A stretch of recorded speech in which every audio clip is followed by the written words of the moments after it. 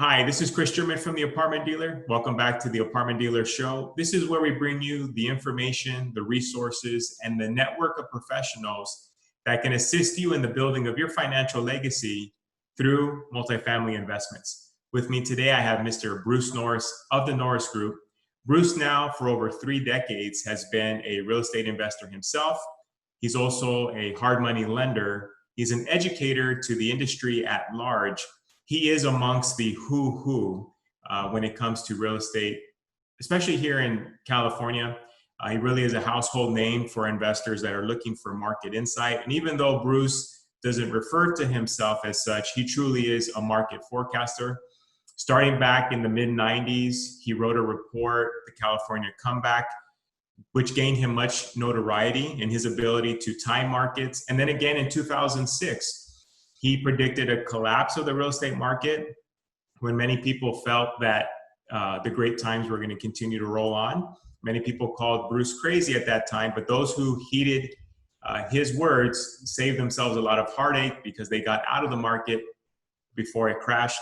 And so we have Bruce with us today to get his opinion on what we see from this current health crisis that we've had. What has it meant to real estate the past few months? What does it mean now? And potentially what could it mean going forward? So Bruce, thank you for being with us. My pleasure. Chris, thanks for having me. So Bruce, we were together, interestingly enough, March 19th, the day before the governor issued the stay-at-home order. And you, like I, were scrambling with our businesses. I was scrambling to take what always has been a live educational event where we have a couple hundred multifamily investors in the room, you, myself, and a host of other speakers, educate these individuals. We had to take it from a live event to a live webinar.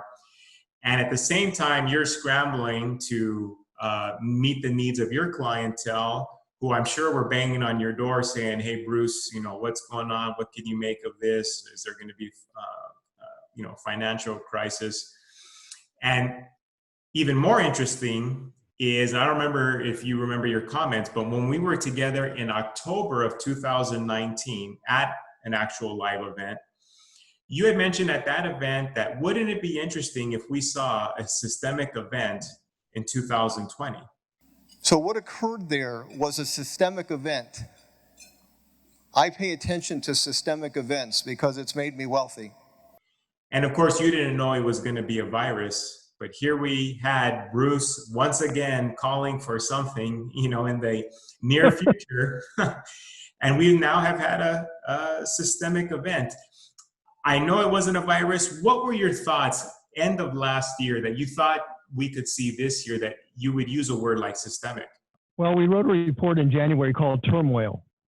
So I kind of thought we were going to go through some societal problems. It's been exacerbated by, this coronavirus for sure. But I thought that 2020 was going to be a challenging year. It was election year. We had just gone through and attempted getting rid of the president. Just a lot of unhappy people and a lot of people that feel disenfranchised with, I don't have a shot.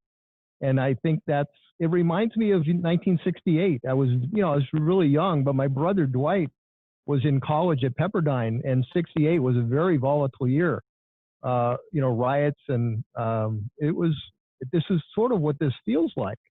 Mm-hmm. And I guess I was looking at that going, and the other thing is we had the best, so I make decisions based on charts.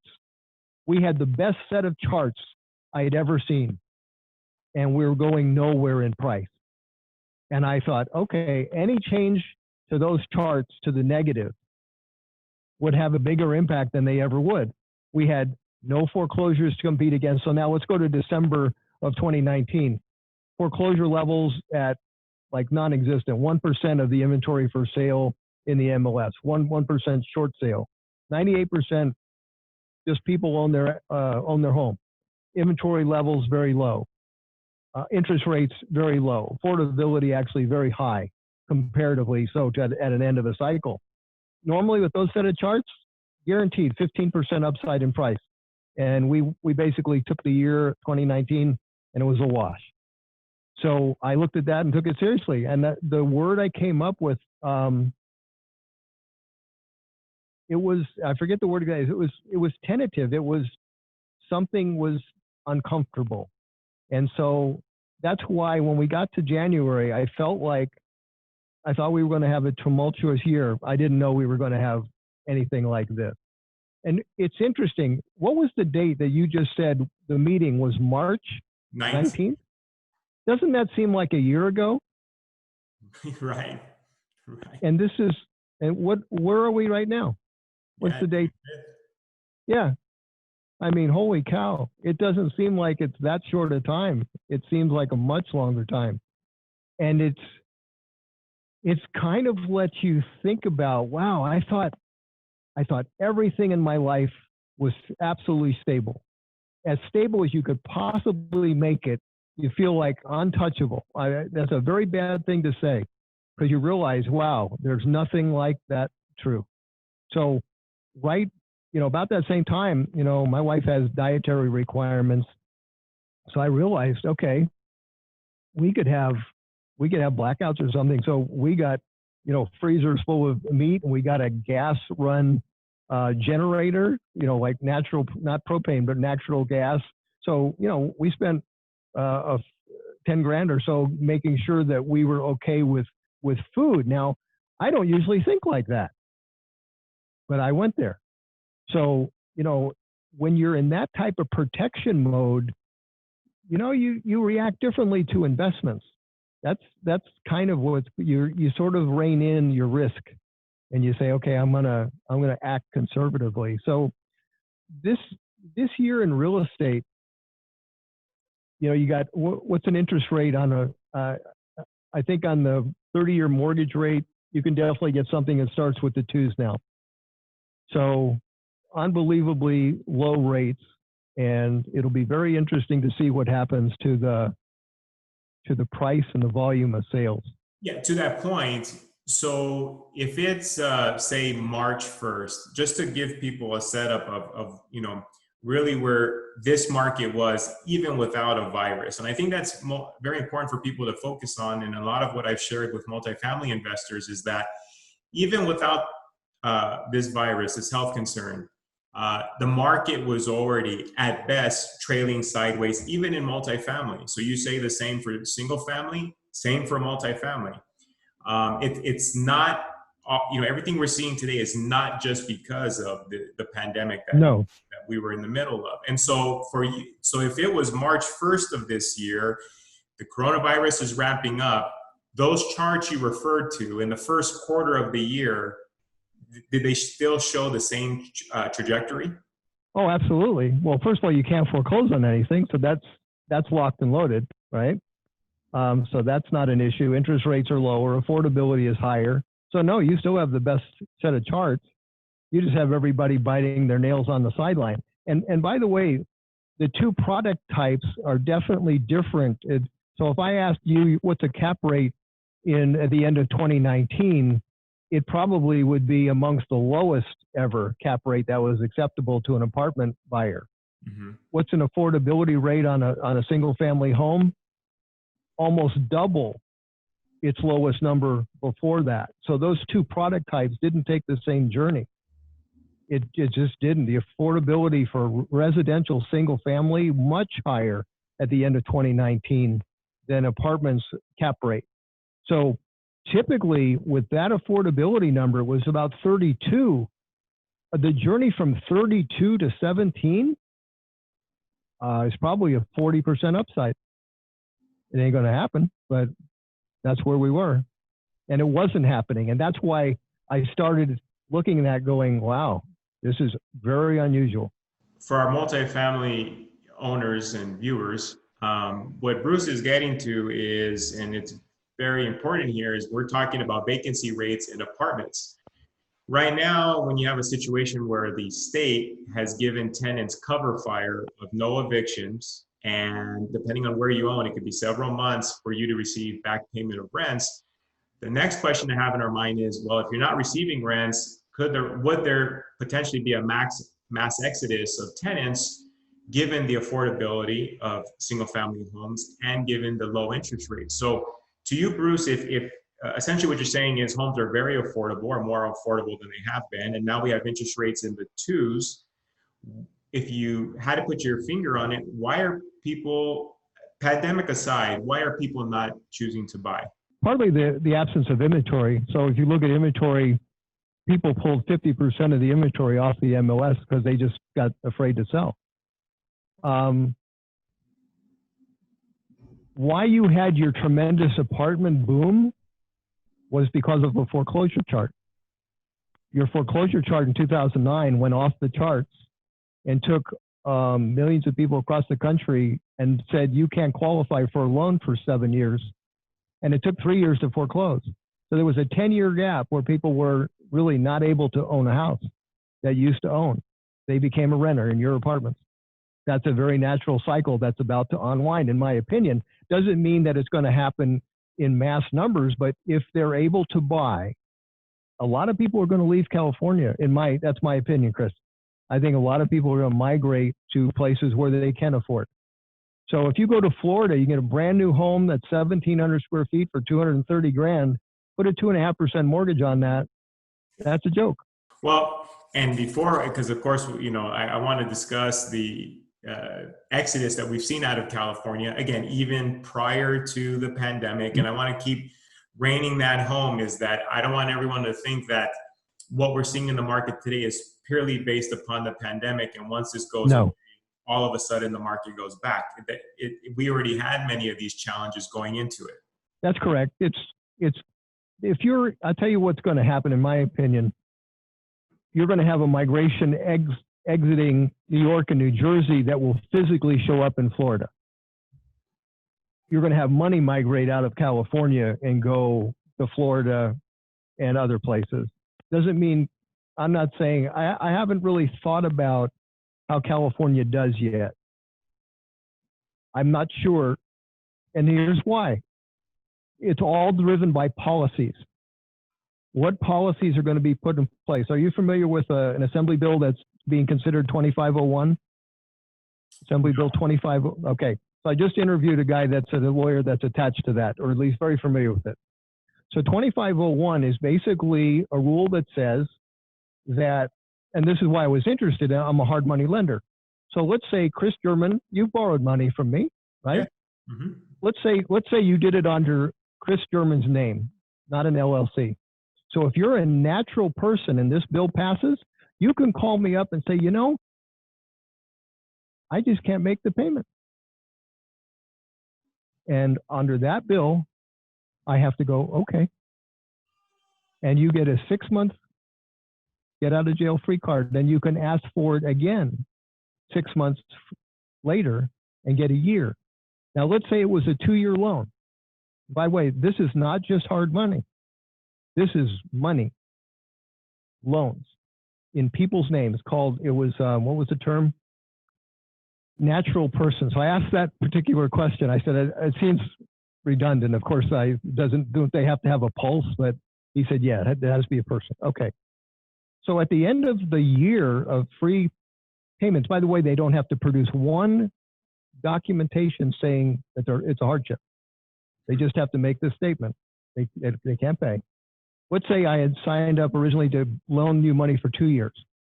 You automatically get a 1-year extension. So now you have the first year with no payments and the next 2 with payments. Well, what happened to the year I didn't get payments? Completely forgiven. My yield is 2/3 of what it was. And so this is not a forbearance agreement because you're not putting. You haven't reached the forbearance part. If at the end of the 3rd year, I have a problem, yeah, you have a mandatory forbearance clause that you have to work on with me. Wow.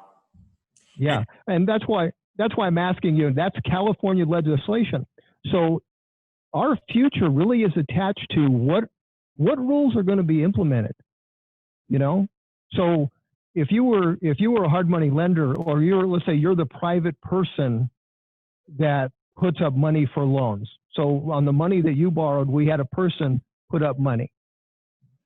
Well, they made that loan under a certain set of rules, right? They knew, okay, if you don't make the payment, okay, that's, it's rare, but I can chase the property and foreclose, and now I can't. Wow. So legislation in California can be a big problem for California if you make it so uncomfortable. And so you're in the world of rent control. We voted against rent control. What year was that?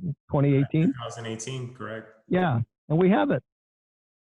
So, gosh, that's interesting. So I don't know why we got a chance to vote on it, but apparently it could be trumped by people that wanted it. And so that's the thing that I'm most concerned about in California is the climate of the occupants and the lawmakers is pretty aggressively against people that have assets. And I really want to watch that play out very carefully. And it is why I have a lot of assets that are not here. Sure. Well, I know the bulk majority of what you own is not here because you saw the writing on the wall again, going back a couple years now, just because of watching where people were choosing to live and where the money was headed. Yeah. So Florida is the #1 destination for now, not only for migration within the states, number one state for recipient from other states. It's now the #1 immigration landing spot as well. 2 number ones. So they are the destination state. And when I look at charts and I say, okay, well, what's probably good for a future? It's migration. That is the #1 chart for me to say that's where I want my money to go. And if we're having an upside, and normally I will look at affordability and say, okay, it's nearly over, and I'll make my decision to exit. But where I want to land is where people are going to go for a fairly long period of time. And it depends, Chris, on who's going. So who's going is seniors with money, and there's a certain percentage of caretakers that grow as you get older. So it makes sense that 65, you're going to have, the average is 2 people in your life that are connected to the medical. When you're 85, you have 7. So when a 65-year-old moves somewhere, there's a natural progression of other people that have to show up to take care of them. That's migration that's guaranteed. That's why I'm there. And of course, a lot of, or a vast majority of the viewers who own multifamily buildings, and let's say they're in C locations, a lot of times you hear the term bread and butter, if you will.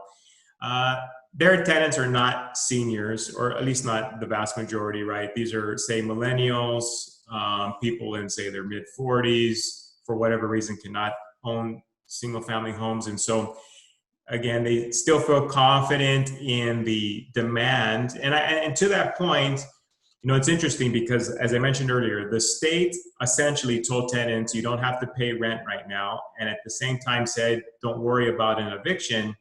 And even then, we're finding that 90 to 95% of tenants are making the rent payment. So we've instructed our clients that even more so, you should feel confident in your product type, because even when your client, the tenant, was being encouraged not to pay, your money still showed up. That's right. And that is an interesting phenomenon because Mike O'Neill's a friend of mine that I work out with. He has a rental business in Riverside, probably 1,000 rental units that he manages. And I would say he's in the high 90s of current. I have rentals. I'm 100% current. So what's interesting about Florida is 100% of my renters are nurses that take care of seniors. That's an odd ratio, but that's true. Now, what about as we look at just the long-term security of real estate? If we say, okay, if everyone's on the same channel here, that if we haven't seen the full brunt of the blow of what just happened the last few months here, because literally we stopped the entire world's economy, call it at least for 3 to 4 weeks, and then it started changing in different locations. But if someone says, well, the assumption then is since the government printed so much money, that of course should kick in inflation. And after all, real estate is the best hedge against inflation. Do you have some thought on it, whether we're going to see inflation versus deflation and where real estate ends up in the mix of that? That's an interesting question. I did a study one time about real estate being a good hedge against inflation. And you know what my answer was? It's made of materials. So there was a report that I was able to access. Cal Poly puts it out, and they have an archive. It's like the Holy Grail, where the 60s and 70s, like one report left per quarter in existence, and I was allowed to go in those archives. And at the time, what they did is they broke down the cost of building for labor and materials for 2 decades. It was really cool. And it was during that a very aggressive inflation.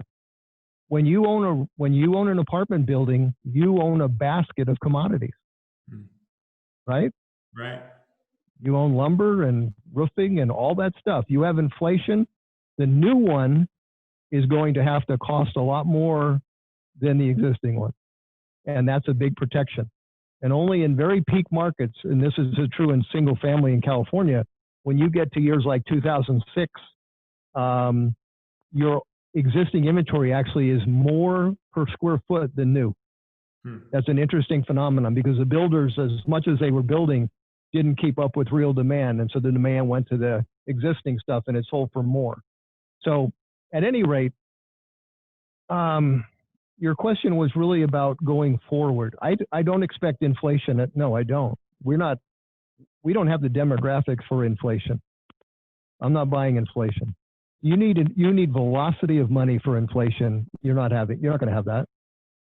You've got, what's interesting, so we had a number come out today. So this Mike O'Neill and we kind of batted it around today. So I told him yesterday, I think by the end of June, you're going to approach 25% unemployment.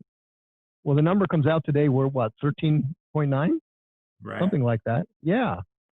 And I just thought, well, that's really interesting. So there's 150 million plus or minus workers. And in the last 10 weeks, 40 million of them went on unemployment. That's 26%. Now, maybe the PPP loans got enacted so quickly that a lot of those millions of people that were laid off of the 40 million got off of unemployment very quickly and changed those numbers. Or to me, those numbers are not accurate. But in 10 weeks, you had 40 million out of 150. You do the math, that's 26% unemployment. Right. I was shocked at the numbers today too. Everyone assumed the worst, that it was only going to increase even if slightly, and here the number dropped. And but see, this is why the math doesn't make sense to me, because so the number that came out today was a month-over-month number. Mm-hmm. The unemployment, the people that are signing up for unemployment, is a weekly number.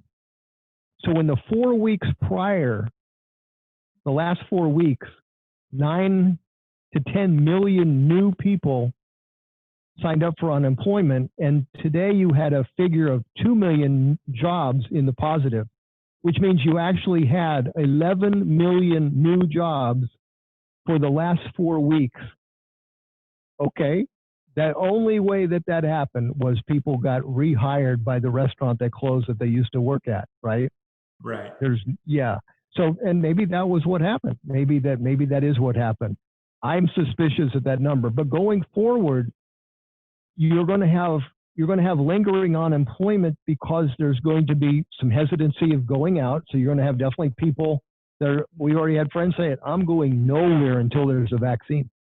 I mean, literally, they're just going to be getting Instacart delivered and eating at home, and that's what they're going to do. You're going to have people that are not at full capacity. So if you go to a barber shop, I got long hair right now. I haven't been to a barber in 3 months. So and you go to a bank. Have you been to a bank? Bank of America. Okay. Well, there's a 50 people line outside. Right. Okay. Well, then you go, okay, well, I'm going to the bank today. I won't get a haircut today. There's going to be limited there's just capacity that's going to be destroyed. You know, you're going to have, you can't fill a restaurant, you only can fill it to a certain percentage. So there's going to be a fair amount of vacancies in some commercial areas, and there's going to be lingering unemployment. I don't know how you have inflation with that. You're not going to have velocity of money with that type of a negative economy. We printed, I was looking at this, we printed about $2 trillion in the last recession. We just printed $4 trillion in 12 weeks. Right. So if not inflation, what does that money mean to the economy long term? It has a negative for economy because, but again, it's all packed. It's all connected to an interest rate that you have to pay. If you're paying 8% interest on whatever it is, 25 million or billion or whatever, trillion, you'd have a problem because it would take a big percentage of their tax revenue, right? Mm-hmm. But if your interest rates are nothing, okay, then that's why you're able to absorb that in a way, because your interest rates you're paying. When we had the Nixon Library event, we had, a panel of really smart people, and we were talking about the concept of negative interest rates, kind of batting it around us because there was so much of the world in negative interest rates. I said, I can solve the national debt of America. All we have to do is get a 50-year loan that's 22 trillion big at -2, and just have an automatic credit for 2 years, and it's zero at the end of 50 years, right? Mm-hmm. So that's the power of a low interest rate. You can have a $40 trillion in debt, and it might not be as impactful. But when you have part of your revenue going to pay interest, it's not building new stuff. So it's not good for an economy. It's not good for growth. And so let's stack this then. So because some of it's a mixed bag. You have historically low mortgage rates, yet you have and again, we just printed $4 trillion worth of money. In the last recession, we had about, I think it's 2 million people that were unemployed through that whole ordeal. And here today, if the numbers are correct, it's 16 million. So between the monetary policies, the jobless claims issues, and then, like you mentioned, just supply and demand. If we go back to this new normal, as they call it, and restaurants have to put tables 6 feet apart, ball games can only sell every 5th seat. Anywhere you go, again, they're down, like we were discussing earlier, say to 1/3 of what would be normal business. You stack all these things. What does that mean to the economy, do you think? Because many people are looking at the stock market and they're looking at the sun shining and they're saying, well, I think we've seen the worst of it and now we're coming out the other end of the storm. Are you with them, or are you with those that would say, oh no, we're just beginning? Well, I'm going to be humble because it's really deserved, to be honest with you. I pay attention to some very smart people once in a while, what they do. Well, Warren Buffett's a pretty smart guy. He hasn't bought any stocks in the last 10 weeks, and he's sitting in about 45% all cash because he doesn't see anything that makes sense. That's a pretty big warning to me.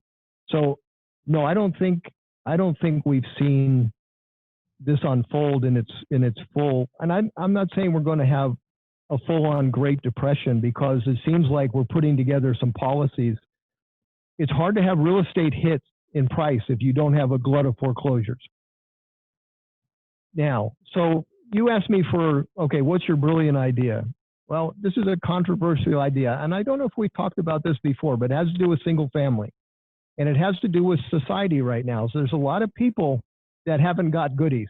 So all you have to do is look at your apartment building, right? Your renter is paying what percentage of his income to be a renter? Oh, at least 50% or close to. Okay. So in his brain, he's like, okay, I don't have any opportunity to save. And that's the reality. That's kind of a reality. You got 50% of your money going to where you live, and you don't own it. And your thought is, I'm never going to get to own it. Okay. I can see where there's irritation about that. Now, I have rentals, so what I'm about to suggest could be negative for rentals, but be wonderful for our country. How long do you think we're going to have interest rates stick around at 2%? year or two. Okay. Well, we could make a 30-year impact by making one loan program available. And it would be this. You have a loan program that has only one foreclosure law, so all 50 states abide by the one foreclosure law, because this is the big problem. Nothing down, fixed rate loan for 30 years, nothing down. You have to qualify, but nothing down. So everybody freaks out. Oh my God, that'll be 2008 all over again. Okay, all you have to do is have this policy that when you, let's say you have 10% fail, that's a pretty big failure rate. Let's say it's 20%. It's ridiculous. Well, when you go to trustee sale, we go to trustee sale at 6 months. The opening bid is the interest payment. Nothing to do with the principal. You get to take over a 2.5% mortgage rate and you put up 6 months of payments. That's your opening bid. That's it. How many foreclosures would you have out of that? Exactly none. Right. Every investor in the world would buy that house. But don't give it to us first. Give it to the next guy that wants to own a house. That would change how people feel about America. They would have a shot at getting some of the goodies. They would have a fixed payment that saved them a fortune every month in what they're already spending. They'd have a chance to pay their loan off. They'd have a chance to build equity. They'd have a chance to play. And they'd have pride of ownership. That's a big deal. Believe it or not, when I first started, and I remember this, and sometimes I get emotional telling the story, but I got fired 5 times in a row when I first started working. And I had a pretty big struggle figuring out how to be an acceptable employee. It's probably why I own a business. But, I always felt like I was a pretty long way from owning a house. And as we were renting in Orange County, I had a little jar in the kitchen. Every time I had a chance, I'd put $20 in there. I got up to $500, and we got a call from somebody we knew in Riverside, and it was a VA loan that I could take over subject to, which meant I didn't have to bank qualify. I could just walk in and lay down the $500,000, and my name went on the grant deed. When I mowed my grass on that Saturday, I felt like a man for the first time. That's how impactful ownership is. We have a lot of people that are never going to get that unless we say, you know what? We have affordable housing. We don't need to lose money on every house to have affordable housing. We have it. It's 2.5% mortgage. Match it with a national price and your payment's what, $800, $900? We have it. Take advantage of it. Yeah, you're going to have some people that don't come through and make a payment. In this case, it doesn't matter because you will not have a foreclosure glut. But you will have an ownership go up by 10%. You will have industries explode. Home Depot, builders, it'll explode in volume. It would. It'd be a great idea. We have a very limited window to make a 30-year difference because that's how long a fixed rate loan is.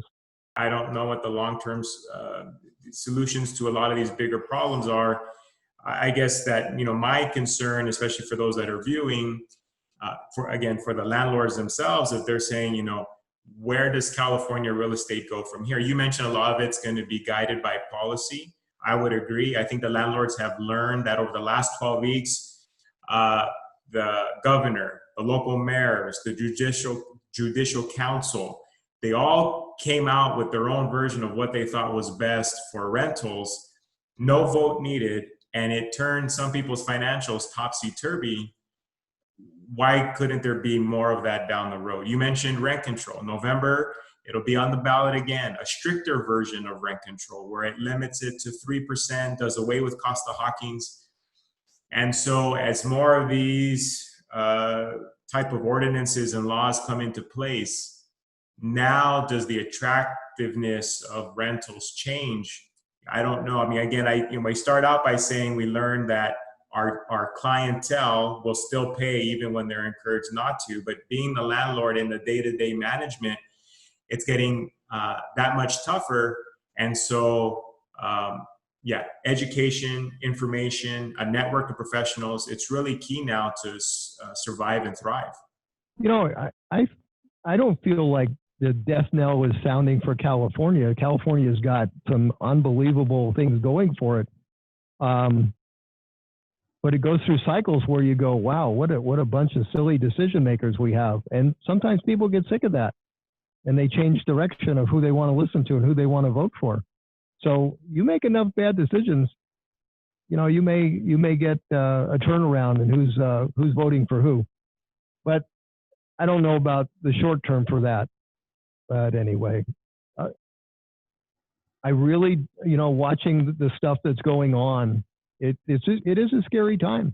There's a lot of pull in the wrong direction and philosophy, and part of the philosophy of that bill 2501 is you don't have to pay what you signed up for. That's a really bad thing to teach somebody. Now, before we let you go, Bruce, I mean, we've talked about the charts, we've talked about your own insight into the market. Of course, we don't know what lies ahead with at least the health component of this, but with everything that you're seeing now, best guess, how does real estate perform here in California between now and the end of the year? I think it's not going to be a big volume year. I think it'll be stable price-wise. I think that's a game change if it happens if we have round two. But I don't see a big upside. Again, now you've got this uncertainty about the world. If we have a stable year and we have these interest rates, but with these circumstances, I feel like that's the most likely outcome from right now. If you have round two, then that's a game changer. It really is. But I'll have to contemplate that because I don't even know what to do with that. But in my own planning, I'm planning for that, just so you know. I'm planning for the worst case scenario where I can go, okay, well, I'm glad I planned that. Sure. As probably many are. Yeah. Yeah. Well, Bruce, thank you for your time today. You're always a vast storehouse of knowledge. That's why I've always called you the Sultan of SoCal real estate. Because you just look at these things in a different way. So we thank you. Thank you for being with us. Thanks so much for having me, Chris. All right. All right, sir. So I hope you found today's show informative. We try to bring you those individuals that can offer value to your real estate portfolio. Bruce had many things to share in terms of the potential outlook of our California real estate, things to contemplate if venturing outside of the state in terms of owning rentals. I hope you find that insightful as you contemplate what's your next move. Many people are puzzled. What do I do next? What do we do in this climate? Is it too risky to do anything at all? And our job here is to hope that at least what information is available, you have that to assist you in your journey that we're all making here by owning investment real estate, what we call creating a financial legacy.